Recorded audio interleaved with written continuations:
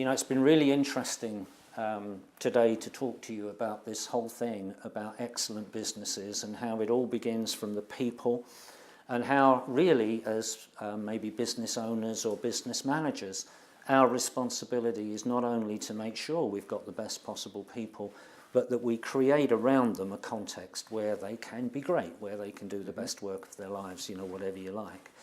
What I'd like to talk to you now is about this whole thing that you have to do in a business, which is about getting the whole organisation moving.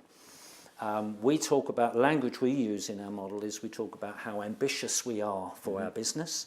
I wonder, I've heard you talk, for instance, about set out to make a dent in the universe. What do you think about this whole thing, that the difference that a leader's ambition can make to the way a business performs and shapes up? Well, let's clarify one thing. Dent in the universe, I stole it. Either from Hewlett-Packard or Apple. Okay. But certainly it never first came from my lips. I love it. I certainly agree with you. I'll start in a convoluted way.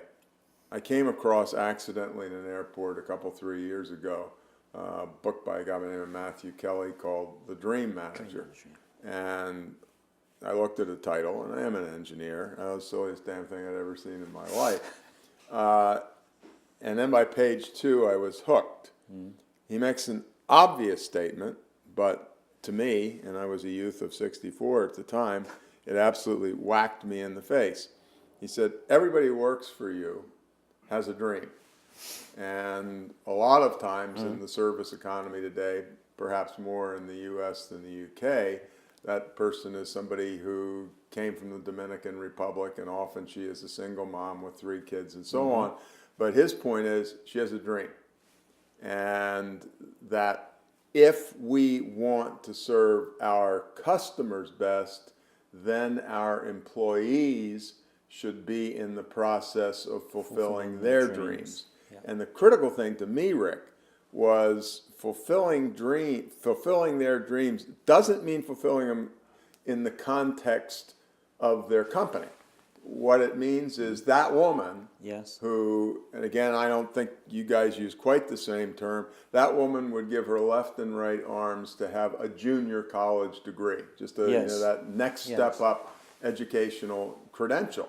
And his argument, which I buy entirely, is that if we have 200 people, from receptionist or housekeeper to maybe even our treasurer, who are all pursuing personal excellence, the odds of tuning them into organizational excellence, goes up by leaps and bounds. And what bugs me sometimes, and you didn't suggest otherwise, is the dents in the universe and the ambition are not something that grows up singularly within the chest of the him or her who is founder or what have you. Yes, it's not that sort of a thing where I went to the mountaintop and it's not a Moses equivalent, if you will.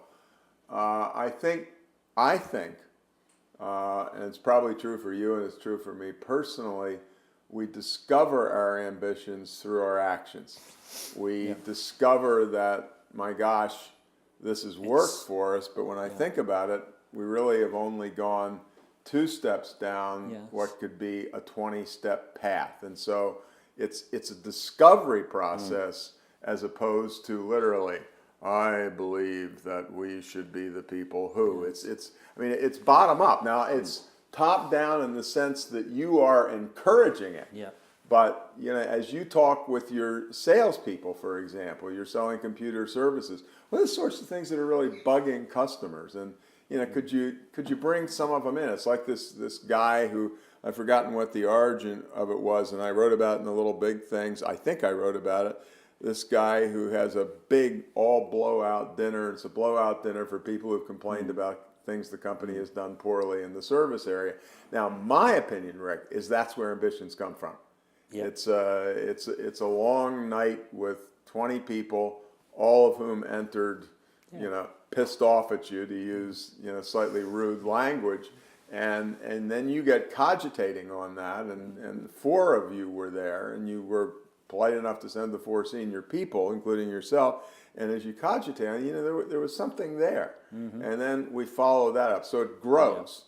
It's as I say, and that's hugely important to me. It's not as simple as bottom up, top down. Well, but that's why it's organic, maybe, Yeah. is to use an overused term. And that's why, Tom, in our work, we've picked ambition rather than purpose or vision, because there is that sort of sense that it's an organic thing. Yep.